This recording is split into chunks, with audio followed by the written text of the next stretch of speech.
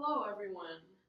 Today I have a wonderful presentation ready for you today about the development and discovery of hormonal birth control. Now, all of us know a little bit about birth control, but we maybe don't know how exactly it works and probably don't know where it came from and how it was developed. Now, this is all important to know because it has changed a lot of what we view as in society, how we view women and how we view our sexual freedom. And so I'm going to start off by talking about how society was when the pill was starting to be developed. Now, in the 1950s, when this was mostly all started, um, the political view of contraceptives was very against it.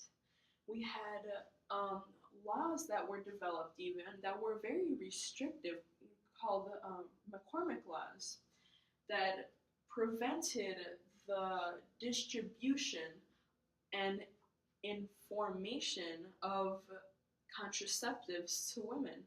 It was illegal even to use contraceptives in your own home. There was a penalty of up to a year in jail just for using a condom, married couple in your room. Of course, there was separation in how severe these laws were in each state, but just the fact that they were, you know, just the fact that they were there was a very bad thing for women.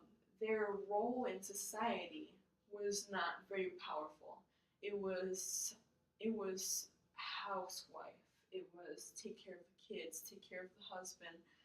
There was no empowerment for women. There was no real strive for education. It was more of a nuclear family sort of view.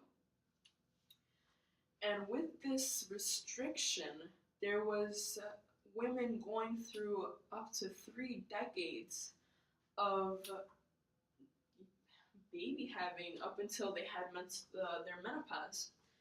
And this many pregnancies and miscarriages are very damaging to the body, and so the lifespan of a woman could have easily been shortened by many years. And a woman named Margaret Sanger wanted to change all of that. She was a woman who had gone through experiences that had inspired her to create this magical pill in her lifetime. But first, she started off by crumbling these laws and these views about contraceptives and fought her whole life to have them abolished. She finally got her chance to develop this pill when she was 72 years old, when she met a Gregory Pincus, an expert in human reproduction, at a dinner party. She talked to him and he told her that he would take on the task. He would take on the task of trying to develop this magical pill of hers. And so he went to G.D. Searle, where he had already had the idea that this drug called progesterone was the key to making this pill. After testing it on mice, he found out that it was very effective in preventing ovulation. After he brought the results to Margaret Sanger, she was able to convince a Catherine McCormick, a very rich heiress, to give him $40,000, which at the time was a lot of money, into funding the research and taking it on another step to the human trials. And after they did these trials under the guise that they were fertility trials, they found that this drug was effective in humans at preventing ovulation. Now today we know more about how that works. And there's a gland in your brain called the pituitary gland that we all know releases hormones and controls other endocrine glands that release hormones into your body.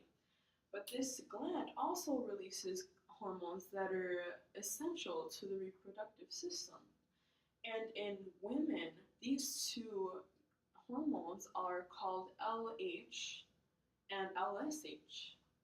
Now, how these two hormones work is after menstruation of a woman, they are released from the brain and are circulated throughout the body. And once they reach the ovaries, it's a signal to the ovaries to start preparing an egg and releasing the egg into the fallopian tube, into the uterus.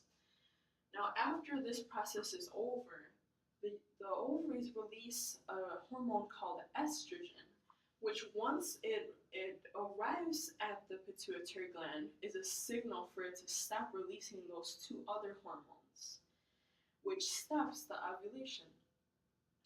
Now, how this progesterone drug worked was that once it was in the system, it would stop these two hormones from developing and being released, stopping ovulation altogether.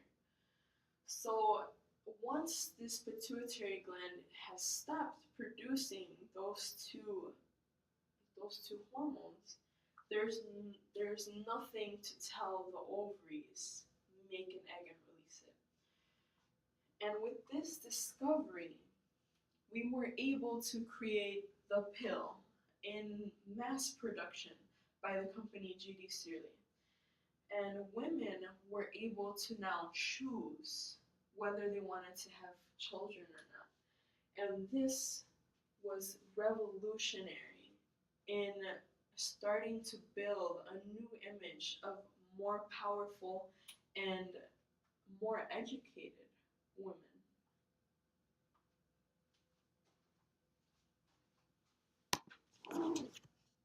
Fuck, 7 minutes?